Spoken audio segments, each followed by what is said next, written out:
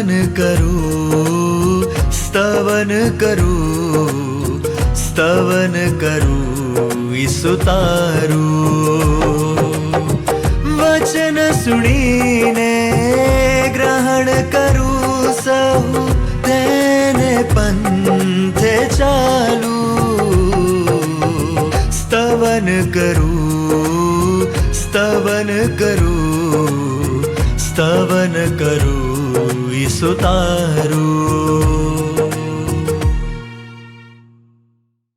મારા વાલા દર્શક મિત્રો, આજના સ્તવન બાઇબલ અભ્યાસમાં આપ સર્વને પ્રેમભર્યું સ્વાગત છે. જેઓ આજે પ્રથમવાર સ્તવન બાઇબલ અભ્યાસમાં જોડાયા છે તેમનો પણ હું આવકાર કરું છું. આ કાર્યક્રમમાં આપણે બાઇબલના પુસ્તકોનો પદ્ધતિસર અભ્યાસ કરી રહ્યા છીએ. મિત્રો, તમે જાણો છો તેમ આ દિવસોમાં આપણે હોશિયાના પુસ્તકમાંથી અભ્યાસ કરી રહ્યા છીએ. આજે આપણે 3 અધ્યાયની 4 અને 5 એમ 2 કલમો વિશે અભ્યાસ કરીશું. મને વિશ્વાસ અને ખાતરી છે કે હોશિયાના અત્યાર સુધીના બાઇબલ અભ્યાસ દ્વારા તમને ખૂબ ઉત્તેજન અને આત્મિક ભોજન પ્રાપ્ત થયું હશે. તો ચાલો આજના અભ્યાસમાં આગળ વધીએ.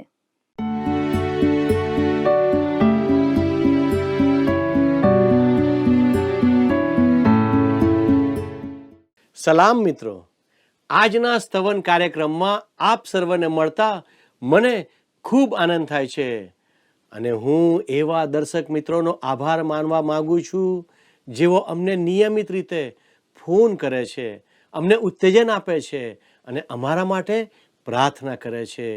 વાલા દર્શક મિત્રો, મને આશા છે કે આ અમારો કાર્યક્રમ આપ સર્વને માટે લાભદાયી બની રહ્યો હશે. આ કાર્યક્રમમાં આપણે સાથે મળીને પવિત્ર ગ્રંથ બાઇબલના પવિત્ર વચનોનો ક્રમબદ્ધ અભ્યાસ કરી રહ્યા છીએ.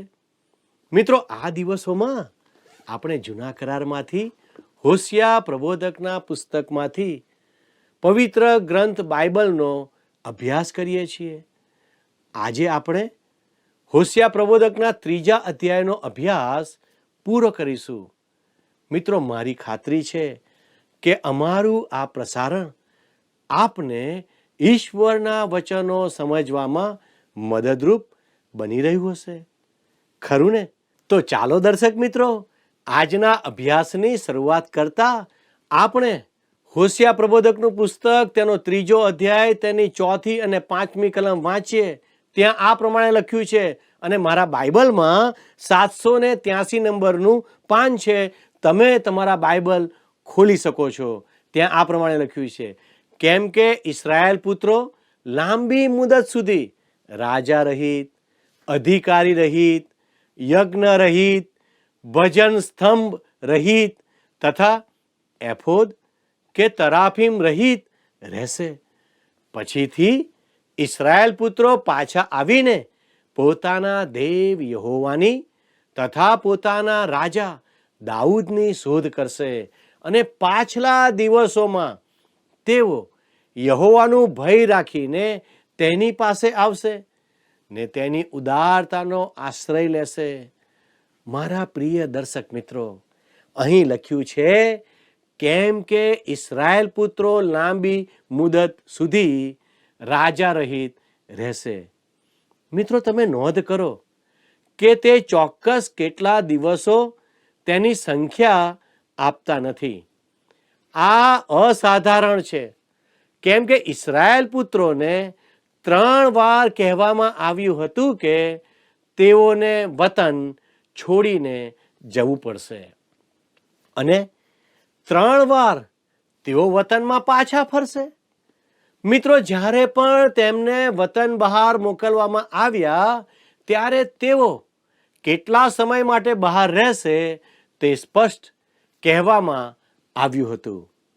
ફક્ત આ છેલ્લી વાર તે જણાવવામાં આવ્યું નથી. વાલા દર્શક મિત્રો, પ્રથમવાર ઈશ્વરે ઇબ્રાહીમને કહ્યું, હું તને આ ભૂમિ આપીશ, તે તારી થશે પણ હું તારા વંશજોને 430 વર્ષ સુધી બહાર કાઢીશ. તેઓ મિસરમાં જશે અને 430 વર્ષ પછી હું તેમને પાછા લાવીશ. તેઓ પાછા આવ્યા એમ આ ભવિષ્યવાણી પૂરી થઈ. બીજી વાર ઈશ્વર યર્મિયા પ્રબોધક મારફતે બોલ્યા, તમારા પાપોને કારણે તમને બાબિલના બંદીવાસમાં મોકલવામાં આવશે. ત્યાં તમે 70 વર્ષ રહેશો. મિત્રો, ફરીથી તે ભવિષ્યવાણી અક્ષરશઃ પૂરી થઈ. હવે મિત્રો, અહીંયા હોશિયા ઉત્તરના રાજ્યને કહી રહ્યા છે, જે ખરેખર ક્યારેય વચનના દેશમાં પાછા ફરવાના નથી. તેથી તે કહે છે, ઇસ્રાયેલ પુત્રો લાંબી મુદત સુધી રાજા રહિત રહેશે. કેટલા દિવસો સુધી? લાંબી મુદત સુધી. ભલાઓ, પવિત્ર શાસ્ત્ર બાઇબલમાં આપણને કોઈ જગ્યાએ જણાવવામાં આવ્યું નથી કે તેમના પાછા ફરવામાં કેટલો સમય થશે. શા માટે પ્રભુએ ચોક્કસ સમય આપવાને બદલે લાંબી મુદત કહ્યું? તેનું કારણ એ છે કે ઈસવીસન 70માં ઇસરાયેલે વતન છોડ્યું ત્યારથી તેઓ પાછા ફરશે. તેની વચ્ચેના મધ્યાંતરમાં તે પોતાના નામમાં વિદેશીઓમાંથી લોકોને બોલાવશે અને પોતાની મંડળીને દ્રઢ કરશે, પોતાની મંડળીને મજબૂત કરશે. મારા વાલા મિત્રો, હું તમને સૌ પ્રથમ તો કહેવા માંગુ છું કે આપણે અંતના દિવસોમાં જીવી રહ્યા છીએ. કોઈક પૂછશે કે શું તમે માનો છો કે પ્રભુ જલ્દી પાછા આવી રહ્યા છે? વાલા મિત્રો, હું તમને કહું, તે કેટલા જલ્દીથી પાછા આવશે તે હું જાણતો નથી. કારણ કે આપણે પાછલા દિવસોમાં છેલ્લા 2000 કરતા વધુ વર્ષોથી જીવીએ છીએ. પ્રભુ ઈસુએ કહ્યું, હું વહેલો આવું છું. જે તમને પ્રકટીકરણનું પુસ્તક તેનો 3 અધ્યાય અને 11મી કલમમાં તથા પ્રકટીકરણના પુસ્તકના 22મા અધ્યાયની 7મી કલમમાં મળી આવે છે. અને તે 2000 વર્ષ પહેલા કહેવામાં આવ્યું હતું. હાલમાં આપણે જાણે કે રંગભૂમિની સજાવટ જોઈએ છીએ, અને જ્યારે મંડળીને આ પૃથ્વી પરથી ઉચકી લેવામાં આવશે ત્યારે કાર્યવાહી શરૂ થશે. હોશિયાના પુસ્તકમાં તારીખ ના આપવાનું કારણ એ છે કે પવિત્ર શાસ્ત્ર બાઇબલમાં મંડળીને ના તો કોઈ નામ આપવામાં આવ્યું છે કે ના તો સમયગાળો આપવામાં આવ્યો. આપણે સાચી અને નામ વગરની સ્વર્ગીય મંડળી છીએ. પવિત્ર શાસ્ત્ર બાઇબલમાં મંડળીનું કોઈ નામ આપવામાં આવ્યું નથી. વાલા દર્શક મિત્રો, મંડળી માટે ગ્રીક શબ્દ એક્લેસિયા છે, અને આ એક્લેસિયાનો સરળ અર્થ બોલાવાયેલાઓનો સમૂહ છે. તે એવા સમૂહને બોલાવી રહ્યા છે જે તેમની કન્યા બનવાની છે. વાલા મિત્રો, પવિત્ર ગ્રંથ બાઇબલમાં માથી અનુસાર શુભ સંદેશના 13મા અધ્યાયની 45 અને 46મી કલમમાં અણમોલ મોતીના દ્રષ્ટાંતમાં મોતી મંડળીને દર્શાવે છે, જેને વેપારીએ એટલે ઈસુએ આવીને ખરીદી લીધું. તમે જાણો છો કે તેમણે મંડળી માટે ભારે કિંમત ચૂકવી છે. મોતી માટે માર્ગ ઇટ્સ શબ્દનો ઉપયોગ થયો છે. વાલા મિત્રો, મંડળી નામ વગરની અને તારીખ વગરની છે. જો તમે 50માના દિવસે પવિત્ર આત્મા ઉતરી આવ્યો તેના 1 કલાક પહેલા સિમોન પિત્તરને મળીને પૂછ્યું હોત કે થોડા સમય પછી શું બનવાનું છે, તો મિત્રો તેમણે કહ્યું હોત, મને ખબર નથી કે શું થવાનું છે. તેમને ખબર ન હતી, કેમ કે મંડળીનો જન્મ થવાનો છે તે કહેવામાં આવ્યું હતું, પણ કઈ તારીખે થશે તે જાહેર થયું ન હતું. એમ જ આપણને ગગન ગમનની તારીખ આપવામાં આવી નથી કે ક્યારે મંડળીને પૃથ્વી પરથી ઉચકી લેવામાં આવશે. તેને કારણે અહીં આપણને કહેવામાં આવ્યું છે કે ઇસ્રાયેલ પુત્રો લાંબી મુદત સુધી રાજા રહિત રહેશે. તેનો કોઈ ચોક્કસ સમયગાળો આપવામાં આવ્યો નથી. વાલા દર્શકો, ઇસ્રાયેલ લાંબી મુદત સુધી રાજા રહિત રહેશે. આ ક્ષણે આવો દાવો કરી શકે છે એક વ્યક્તિ. તમને ખબર છે તે વ્યક્તિ કોણ છે? તે ઈશ્વરને જમણે હાથે બેઠા છે. તે પ્રભુ ઈસુ છે. રાજાઓના રાજા અને પ્રભુઓના પ્રભુ છે. ઇસ્રાયેલે તેના રાજાને નકારી કાઢ્યા છે. અહીં બીજો શબ્દ છે અધિકારી રહિત. એનો અર્થ કે રાજગાદી પર બેસવા માટે તેમની પાસે કોઈ અધિકારી નહીં હોય. જો પ્રભુ ઈસુ ખ્રિસ્ત તેમના મસીહા નથી તો તેમના પછી બીજું કોઈ નથી અને કોઈને માટે આશા પણ નથી.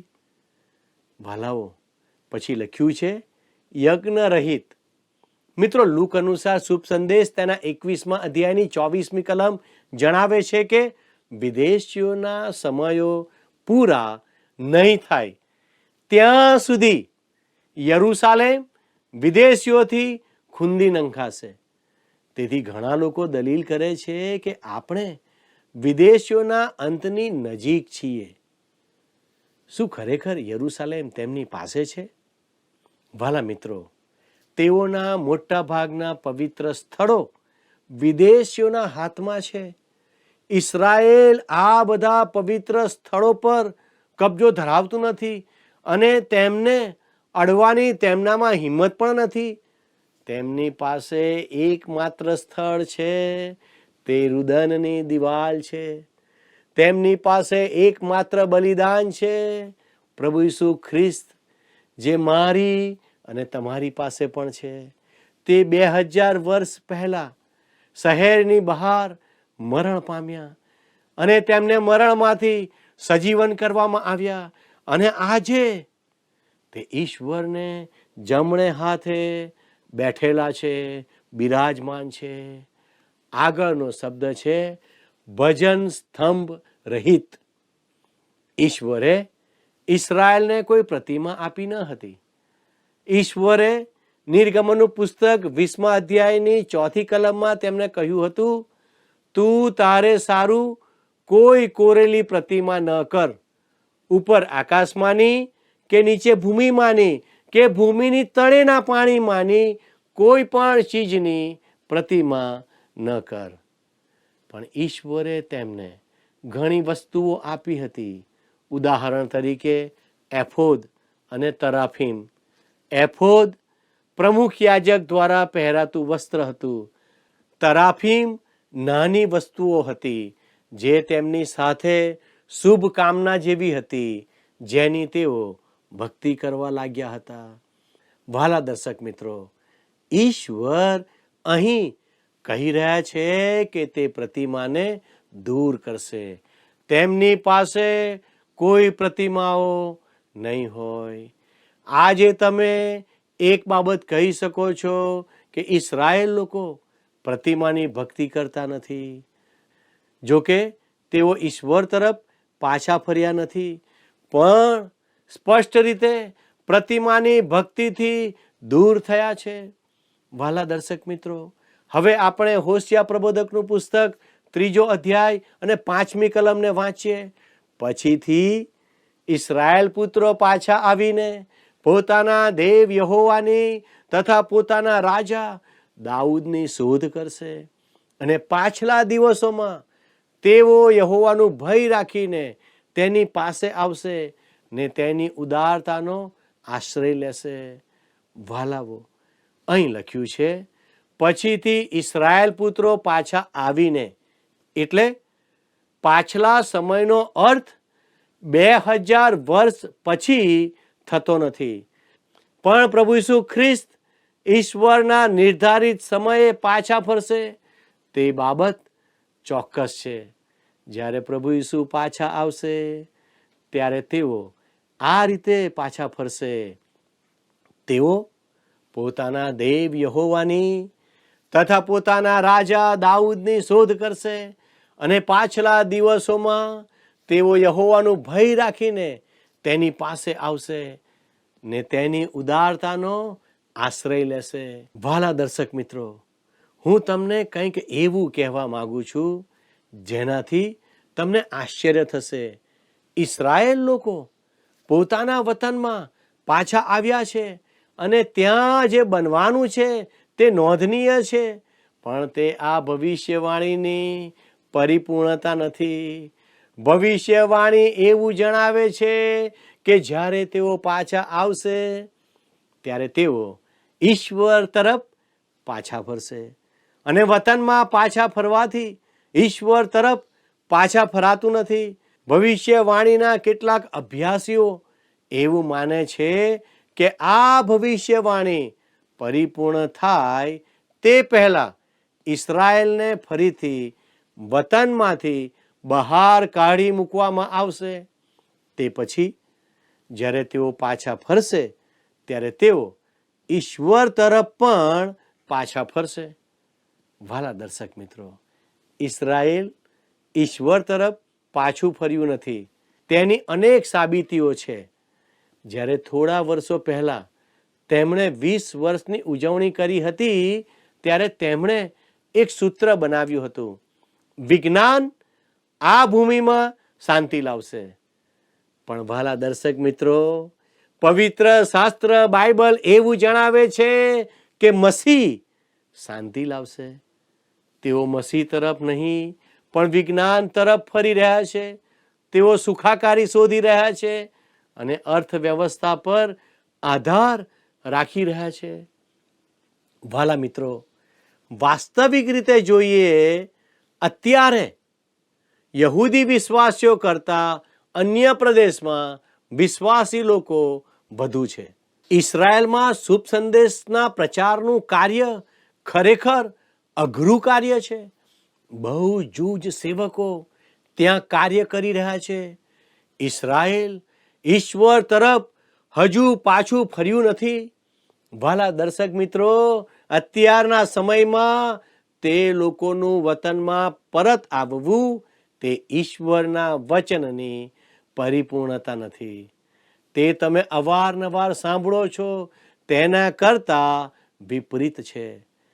જ્યારે આપણે 1-2 વચનોને નહીં પણ સમગ્ર ઈશ્વરના વચનોને ધ્યાનમાં લઈએ છીએ ત્યારે આપણે આ હકીકતનો સામનો કરવો જોઈએ કે તેમનું વતનમાં પાછા ફરવું તે આ ભવિષ્યવાણીની પરિપૂર્ણતા નથી. પાછલા દિવસોમાં તેઓ યહોવાનું ભય રાખીને તેની પાસે આવશે ને તેની ઉદારતાનો આશ્રય લેશે. પાછલા દિવસોમાં એટલે હજુ ભવિષ્યની વાત છે. તે ઇસરાયેલ દેશ અને મહાવિપત્તિ કાળની શરૂઆત, ખ્રિસ્તના બીજા આગમન અને 1000 વર્ષના રાજ્ય સાથે સંકળાયેલા છે. વાલા મિત્રો, વર્તમાન સમયમાં આપણે ઈશ્વરના વચનોની વધારે નજીક રહીએ અને તેનો અભ્યાસ કરીએ તે બહુ જ જરૂરી છે. ઈશ્વર મને ને તમને ઈશ્વરના વચનોનો અભ્યાસ કરવાને માટે પડકાર આપી રહ્યા છે. શું તમે ઈશ્વરના વચનોનો અભ્યાસ કરવાની ઝંખના રાખો છો? શું તમે ઈશ્વરનું વચન દરરોજ નિયમિતપણે વાંચો છો? વાલા દર્શક મિત્રો, મારે અને તમારે ઈશ્વરના આ પવિત્ર વચનોને દરરોજ વાંચવાની આવશ્યકતા છે. અને મારી પ્રાર્થના છે કે ઈશ્વર તે પ્રમાણે કરવા મને અને આપને સહાય કરો. આવો આપણે પ્રાર્થના સાથે આ કાર્યક્રમને સમાપ્ત કરીએ, પ્રાર્થના કરીએ. વાલા પ્રભુજી, અમે તમારો આભાર માનીએ છીએ, કારણ કે તમે આ પવિત્ર વચનો મને, અમને અમારી માતૃભાષામાં આપ્યા છે. વાલા દેવ, તમે અમને મદદ કરો કે અમે દરરોજ નિયમિત રીતે આ પવિત્ર વચનોને વાંચીએ, વાગોળીએ અને અમારા જીવનમાં તેનું લાગુકરણ કરીએ. પવિત્ર દેવ, તમે અમને મદદ કરો. અમારા દરેક દર્શક મિત્રોને માટે અમે તમારી કૃપા માગીએ છીએ. અમારી આ પ્રાર્થના ઈસુના નામમાં માગીએ છીએ, માટે સાંભળોને સ્વીકાર કરો. આમેન. વાલા દર્શક મિત્રો, જો આજે આપે કોઈ ચોક્કસ નિર્ણય કર્યો છે તો મારી આપને નમ્ર વિનંતી છે, આપ જરૂરથી આ સ્ક્રીન પર દર્શાવેલ ફોન નંબર ઉપર ફોન કરશો, જેથી અમે આપના માટે પ્રાર્થના કરી શકીએ. ઈશ્વર આપ સર્વને આશીષ આપો અને આજનો દિવસ આપના માટે ખૂબ જ આશીર્વાદિત બની રહો. એ જ પ્રાર્થના સાથે હું આપની વિદાય લઉં છું. ધન્યવાદ.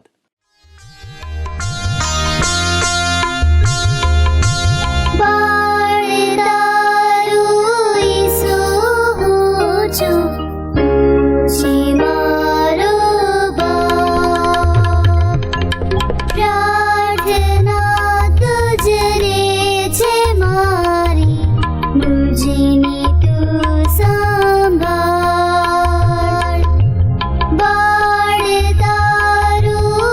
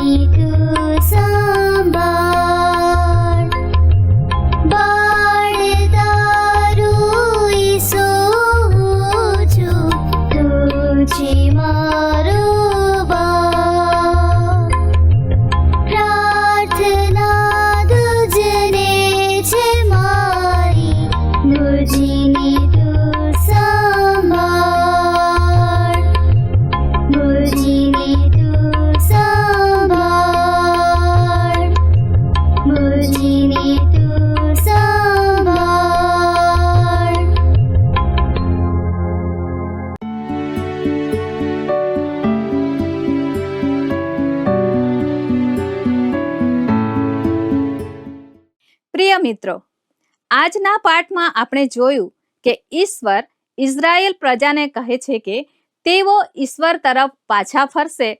હજી ઇઝરાયેલ પ્રજા ઈશ્વર તરફ ફરી નથી.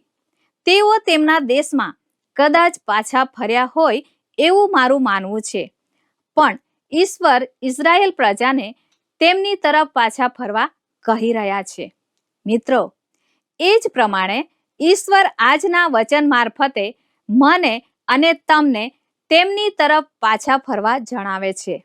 મિત્રો, તમે કદાચ એમ કહેશો કે અમે તો દરરોજ બાઇબલ વાંચીએ છીએ, પ્રાર્થના કરીએ છીએ, નિયમિત પ્રભુ મંદિરમાં હાજરી આપીએ છીએ, પાળક સાહેબના સંદેશ સાંભળીએ છીએ, જુદી જુદી પ્રાર્થના સભાઓમાં ભાગ લઈએ છીએ, તો એ બધું પ્રભુ તરફ પાછા ફરવું તો કહેવાય?